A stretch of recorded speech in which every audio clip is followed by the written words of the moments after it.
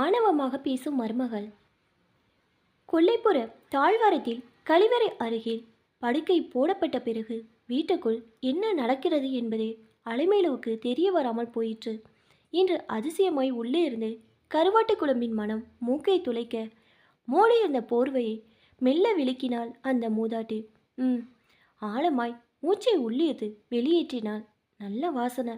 அலமேலுக்கு நாவில் நீரூற்றியது. அந்த சுகத்திலே மனம் காற்றாடென உயிர் எழ முற்பட நூலை சற்றென்று அறுப்பது போல் ரஞ்சனியின் குரல் கேட்டது. கஞ்சி. ஒற்றை சொல். கூடவே நங்கென்ற சத்தத்துடன் கிண்ண வைக்கப்பட்டு மேலெழும்பி சிதறிய துளிகளில் ஒன்று படுத்திருந்த அலமேலின் உதட்டோரம் தஞ்சமடைந்தது. அலமேலு அலுப்புடன் கண்களை மூடிக்கொண்டாள். மூடிய இமைகளில் வலிய கண்ணீர் வழிந்தோடியது. அவசரமாக போர்வையின் ஓரத்தால் கண்களை துடைத்து கொண்டாள். ரஞ்சினி பார்த்துவிட்டாள். வேறு வினையே வேண்டாம். ஒரு போர்க்களத்தையே உருவாக்கி விடுவாள். உனக்கு என்ன கேடு வந்துச்சு? வீட்டை எப்பவும் மூக்க சிந்திட்டு இருந்தா வீடு விளங்குன மாதிரி தான். 4 பேர் பார்த்தா என்னதான் ஆகாதவன் நினைப்பாங்க. நோயும் பாயுமாகி போனாலும் என்னை நோகடிக்கிறத மட்டும் எந்த குறையும் இல்லை.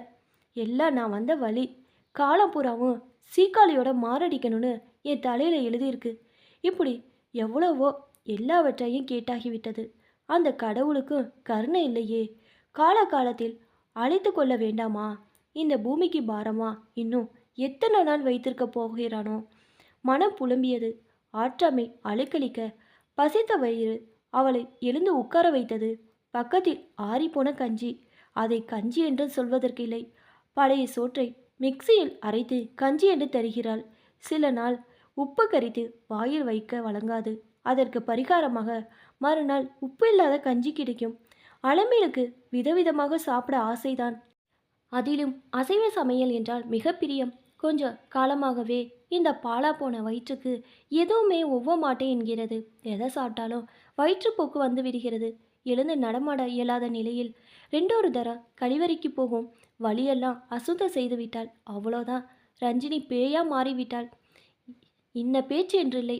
அதற்கு பயந்துதான் பத்தியமாய் இருக்க முடிவெடுத்து கஞ்சி போதும் என்று மருமகளிடம் கேட்டுக்கொண்டாள். அவளுக்கு வசதியாக போயிட்டு ஒரு நாளைக்கு வைத்து 3 நாட்களை ஓட்டி விடுகிறாள். பின்னர் அளவையில் குடிக்கும் 1/4 டம்ளர் கஞ்சிக்காக ஒவ்வொரு வேளையும் புதிதாகவா தயாரிக்க முடியும்? அது மட்டுமல்லவா, படுக்கையும் கொல்லைப்புறம் போடப்பட்டு விட்டது. நிலைமை இன்னும் மோசமாகி தெருவுக்கு தள்ளப்படுவதற்குள் கடவுள்தான் கருணை காட்ட வேண்டும். கஞ்சியை வாய் அருகில் கொண்டு போகும்போதே குமட்டி கொண்டு வந்தது. ஒரு துண்டு நார்த்தையோ எலும்புச்சையோ இருந்தால் குடித்து விடலாம். ரஞ்சினியிடம் கேட்க பயமா இருந்தது. தருகிறாரோ இல்லையோ, ஒரு பாட்டம் வசைப்பாடி முடித்து விடுவாள். கருவாட்டு குழம்பின் வாசம் மீண்டும் காற்று வாக்கில் வந்தது. எத்தனை நாளாயிற்று இது போன்ற ஒரு வாசனை பிடித்து. அலமேலுக்கு சிரிப்பு வந்தது. கண்ணும் காதும் கொஞ்சம் கொஞ்சமாய் செயலிழந்து வரும் சமயத்திலும் இந்த மூக்கு நாக்கும் என்னமா சுறுசுறுப்புடன் இயங்குகின்றன. அலமேலுக்கு கருவாட்டு குழம்புடன் சோறுண்ணும் ஆசை மூண்டு விட்டது. கூடவே அவள் அம்மாவின் நினைவு வந்துவிட்டது. அம்மா வைக்கும் கருவாட்டு குழம்பு தேனாய் இனிக்கும். அவள் கை பக்குவத்தை அனுபவித்து சாப்பிட அவள் அப்பாவுக்கு தான் கொடுப்பனை இல்லாமல் போய்விட்டது. அம்மா எதை செஞ்சாலும் அது ருசிக்கும். கருவாட்டு குழம்பு வைப்பதில் கை தேர்ந்தவள். கருவாட்டு துண்டுகளுடன் கத்திரிக்காய், வாழைக்காய், பரங்கிக்காய் என்று கண்ணில் கையில் தட்டுப்படும் காய்கள் எல்லாம் குழம்பை சேர்த்து விடுவாள். சோறு வடித்து முடித்ததும் விறகை வெளியில் இழுத்து அணைத்து விட்டு குழம்பு சட்டியை தணலிலே விட்டு விடுவாள். சமையல்தான் முடிந்து விட்டதே, சோற்றை போடுவாள் என்று பார்த்தால் அதுதான் நடக்காது. அழுக்கு துணி மூட்டையுடன் ஆற்றங்கரைக்கு கிளம்பி விடுவாள். அவள் மட்டுமா? அலமேலுவும் கூட்டிக் கொண்டு என்று சொல்ல முடியாது. கிட்டத்தட்ட இழுத்து கொண்டுதான் போவாள். போகும் முன் சிறிது நல்லெண்ணெயும் விளக்கெண்ணையும் லேசாக சூடுபடுத்தி உச்சந்தலையில் வைத்து சூடு பறக்க தேய்த்து விடுவாள். அம்மா தேய்க்கும் சுகத்தில் தானாக தூக்கம் வந்துவிடும்.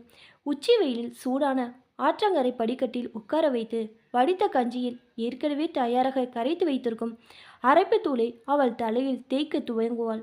அலமேலுவின் கண்ணு எரியுதே என்று பாட்டு அவள் காதில் விழுந்ததாகவே காட்டிக்கொள்ள மாட்டாள். அவளை குளித்து முடித்து துணி துவைத்து வீட்டுக்கு வரும்போது பசியில் வயிறு கபகபென்று பற்றி எறியும். வந்ததும் முதல் வேளையாக ஒரு கிண்ணத்தில் சோற்றை போட்டு அகப்பையால் குழம்பி அள்ளி அதில் இட்டு பிசைவாள். நீரெல்லாம் சுண்டி போய் வெறும் கண்டங்களாக கருவாடும் காய்களும் தான் கிடைக்கும். தூக்கமும் பசியும் போட்டி போட்டுக்கொண்டு ஒவ்வொன்றையும் மிஞ்ச விளையும். பொழுதில் பெரிய பெரிய கவலங்களாக சோற்றை உருட்டி வாயில் திணிப்பாள். மயக்கத்தோடு உண்ணும்போது அது அமுதமாய் தோன்றும். தேனாய் கருவாட்டு குழம்பு, அதுவும் தேனினும் இனிய தாயாரின் கையால் பக்குவமாய் சமைக்கப்பட்டு அவள் கையாலேயே ஊட்டிய விடப்பட்டால் அதை உண்பதைப் போல சுகம் வேற என்ன இருக்கிறது? அம்மா போன பின் அலமேலு எத்தனையோ முறை முயன்றிருக்கிறாள். ஆனாலும் ஒரு நாளும் அந்த ருசி அவள் வைக்கும் குழம்புக்கு வரவே இல்லை. அதையே அவள் கணவர் ஆகா ஓகோவென்று புகழ்வார். தாயிடமிருந்து கணவனிடம் தாவியது அவள் நினைவு. அவர் இருந்தவரை அலமேலுவில் தங்க தாம்பாளத்தில் வைத்து தாங்கினார் என்றுதான் சொல்ல வேணும். அலமேலுவின் கண்ணில் தூசி விழுந்தாலும் பதறி விடுவார். அவளுக்கு சிரிப்பு தான் வரும். இது என்ன ஊர் உலகத்தில் இல்லாத அதிசயம் என்று கேலி செய்வார். எனக்கு ஏன் பொண்டாட்டி ஒசத்தி தான் என்பார் அவர். அவர் மட்டும் இன்று உயிருடன் இருந்திருந்தால் தன் நிலை இப்படி கேள்விக்குறியாகி போயிருக்குமா? பார்த்து பார்த்து வளர்த்த மகனும் இன்று எடுப்பார் கைப்பிலாகிவிட்ட நிலையில் தன் விதியை தானே நொந்து கொண்டாள். பசி மீண்டும் தன் பல்லவியை பாட ஆரம்பித்து விட்டது. கஞ்சியை பார்த்தாலோ வெறுப்பா இருந்தது. இன்று மட்டும் கொஞ்சமாய் கருவாட்டு குழம்புடம் சோறு கேட்டா என்ன? நிச்சயமா ரஞ்சினி தரப்போவதில்லை. கொல்லைப்புறம் மகன் வரும்போது கேட்டு பார்த்தா என்ன? ஒரு கெஞ்சலுடன் கேட்டா மனம் இறங்க மாட்டானா? ஆனா அவன் அவளுடன் பேசியே பல மாதங்களாகிவிட்டன என்ற நினைவு எழுந்தபோது சுய பச்சாதமும் எழ குப்பென்ற கண்ணீர் வெளிப்பட்டு கன்னங்களில் வழிந்தோடியது. அந்நேரம் பார்த்தா ரஞ்சினி அங்கே வர வேண்டும். மொய்த்து கொண்டிருந்த கிண்ணத்தை எடுத்து போக வந்தவள் கண்களில் நெருப்பு பறந்தது. அலமேலு அவசரமாக கண்களை துடைக்க முயல ஆவேசம் வந்தவள் போல் ரஞ்சினி அலற ஆரம்பித்து விட்டார். இப்போ யார் போயிட்டான்னு இப்படி ஒப்பாரி வச்சுக்கிட்டு இருக்க? எங்கள் எல்லாரையும் வாயில போட்டுக்கிட்டு தான் நீ போவ, கவலைப்படாத. அலமேலு சொல்லலாம் துயரம் அடைந்தாள். ஏமா இப்படி பேசுகிற? நீங்கள் எல்லாரும் நல்லா இருக்கணும் தாயே, நல்லா இருக்கணும். நீ இருக்கிற வரைக்கும் நான் எப்படி நல்லா இருக்க முடியும்? உனக்கு தான் ஆயுசு கெட்டியாச்சே. அலமேலு என்ன செய்வாள் பாவம். அவளும் தன் மரணத்தை வேண்டாத நாளில்லை. காலனும் கருணை காட்டா மறுக்கிறானே. ரஞ்சினி வீட்டு கூடத்தில் நின்று கொண்டு கத்தி கொண்டிருந்தாள். மகன் சாப்பிட வந்திருக்கிறான் போலும். இவள் இப்படி கத்தி கொண்டிருந்தால் அவன் எப்படி நிம்மதியாக சாப்பிட முடியும்? அலமேலு ஆயாசப்பட்டாள். ஏண்டி வீட்டுக்குள்ளே நுழையும் போதே கூப்பாடு போடுற? என்னாச்சு இப்போ? நான் ராட்சசி, அதான் கத்துறேன். நீங்கள் பாட்டுக்கு வர்றதும் திங்கிறதும் போகிறதுமா இருந்தா வீட்டில் நடக்கிற சங்கதி எப்படி தெரியும்? என்ன சங்கதி தெரியணும்? எதுக்கு இப்போ வீடான வீட்டில் அழுது ஒப்பாரி வைக்குது உங்கள் ஆத்தாக்காரி? அலமேலு வாயடித்து போனாள். அடி பாவி, என் சோகத்தை நினைத்து ஒரு துளி கண்ணீர் விடக்கூட அருகதை இல்லாதவளாகிவிட்டேனே. இதற்கு அவன் என்ன சொல்லப் போகிறானோ?